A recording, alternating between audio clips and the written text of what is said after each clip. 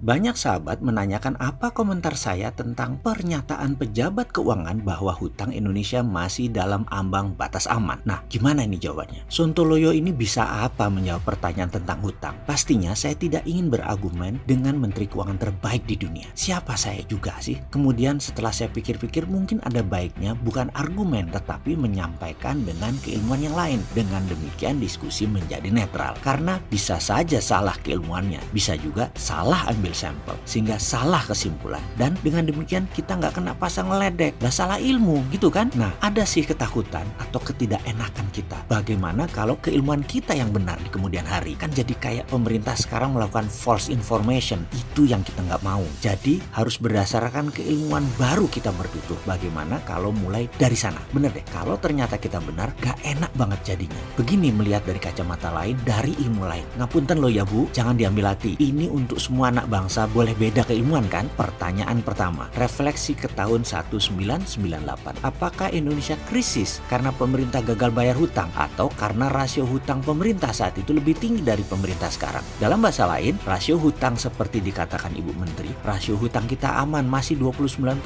dari PDB, di mana batasnya 60% sebagai batas bahaya atau krisis. Kembali dipahami pertanyaan pertama. Di Indonesia di tahun 98, krisis karena rasio hutangnya tinggi atau karena gagal bayar hutang. Fakta adalah di tahun 1998 rasio hutang kita di batas aman, dalam kurung baca seperti sekarang. Tetapi dalam sekejap rupiah melemah jadi 15.000 dan Indonesia gagal bayar, menjadi negara paria, menjadi negara lumpuh. Jadi kembali ke pertanyaan rasio aman. Kita aman secara buku, namun rentan secara kemampuan bayar kalau rupiah mendadak jadi 17.000 atau bahkan jadi 20.000. Kita Indonesia langsung lumpuh. Setuju dengan keilmuan sederhana ini atau masih percaya rasio aman, artinya aman 100%?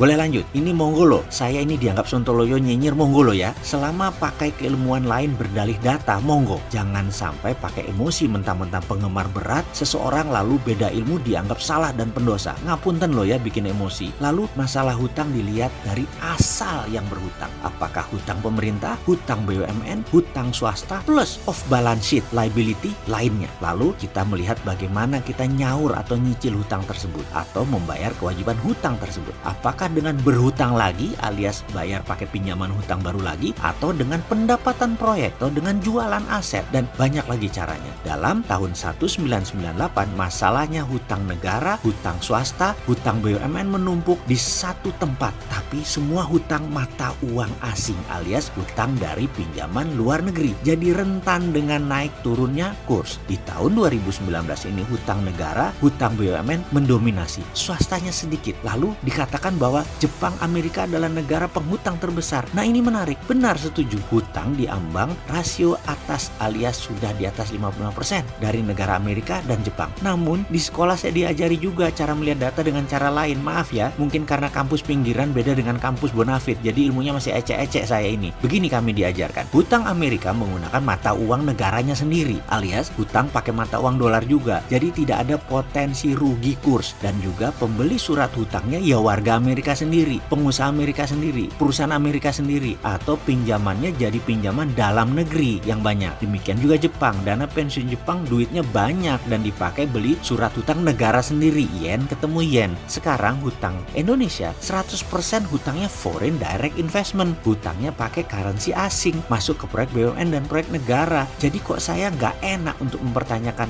hutang kita aman, yang bener aman tuh yang mana? Yang aman di rasio buku, di fakta lapangan beda. Ngapunten loh ya, ilmu saya kampungan, maaf kalau saya salah ilmunya, saya mohon diajari lagi. Pengen banget berguru dengan yang terbaik, saya fan berat beliau loh. Dan untuk sahabat, ilmu ini jangan dipercaya penuh loh. Keilmuan saya ini ceper banget dan masih diragukan, tapi saya yakin common sense manusia tidak memerlukan sekolah tinggi. Bener nggak gitu? Sudah dulu, semoga menjawab pertanyaan sahabat.